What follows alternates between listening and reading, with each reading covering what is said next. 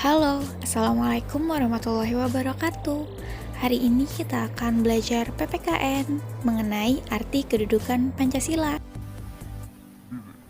Nah, pembelajaran hari ini kita akan belajar PPKN dengan kompetensi dasar 3.1 menelaah Pancasila sebagai dasar negara dan pandangan hidup bangsa. 4.1 menyajikan hasil telaah nilai-nilai Pancasila sebagai dasar negara dan pandangan hidup.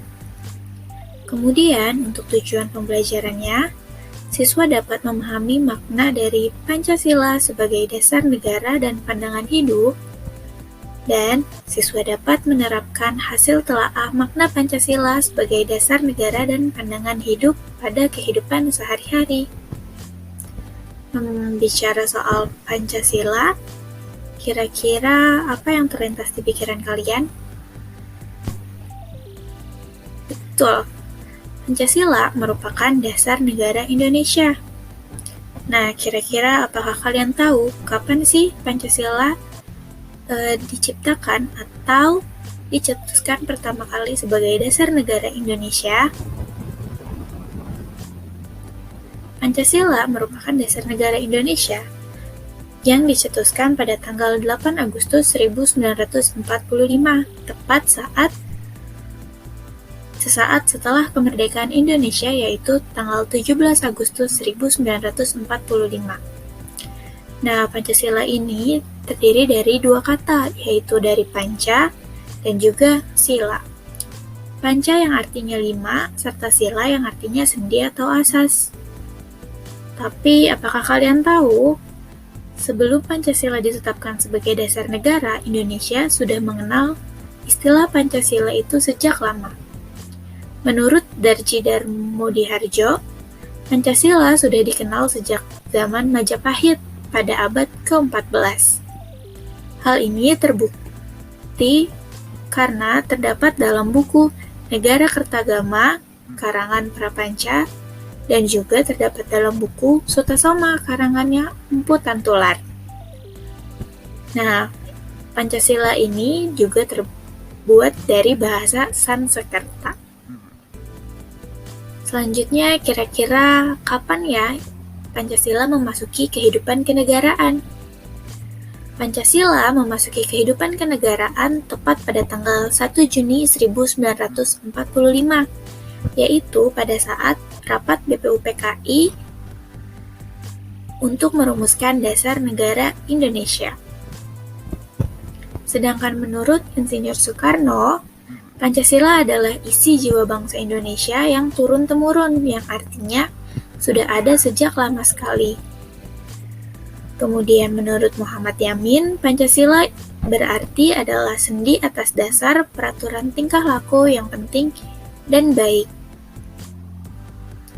Nah, kira-kira apa ya peranan dan fungsi Pancasila? Peran dan fungsi Pancasila menurut TAP MPR nomor 3 MPR tahun 2000, Pancasila terdiri dari jiwa bangsa Indonesia. Nah, Pancasila sebagai jiwa bangsa Indonesia berfungsi agar Indonesia tetap hidup dalam jiwa Pancasila. Setiap bangsa dan negara memiliki jiwa yang kuat akan kepancasilaannya sejak zaman proklamasi kemerdekaan. Yang kedua, Pancasila sebagai kepribadian bangsa. Pancasila sebagai kepribadian bangsa maksudnya adalah sebagai memberikan corak khas Indonesia bahwa bangsa Indonesia berbeda dengan bangsa-bangsa yang lain. Kemudian yang ketiga, Pancasila adalah sumber dari segala sumber hukum, yang artinya semua hukum harus tunduk dan bersumber dari Pancasila. Setiap hukum tidak boleh bertentangan dengan Pancasila.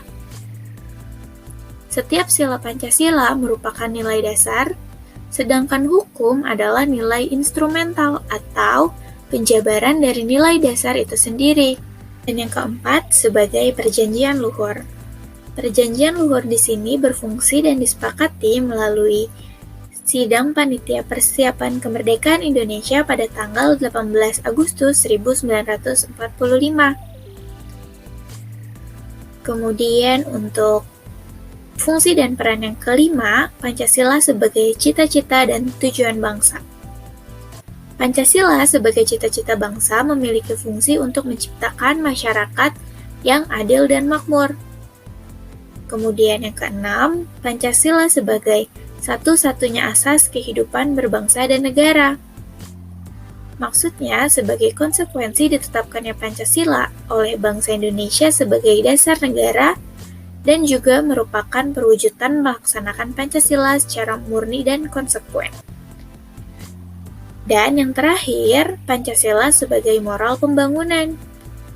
Nah, Pancasila di sini dijadikan kerangka, acuan, tolok ukur, parameter, arah, dan tujuan dari pembangunan, sehingga masyarakat Indonesia dapat lebih maju dan juga berkembang. Nah, itu tadi merupakan fungsi dan peran Pancasila yang ada di Indonesia. Sekian pembelajaran hari ini, kurang lebihnya mohon maaf. Wassalamualaikum warahmatullahi wabarakatuh. Sampai ketemu di video selanjutnya ya.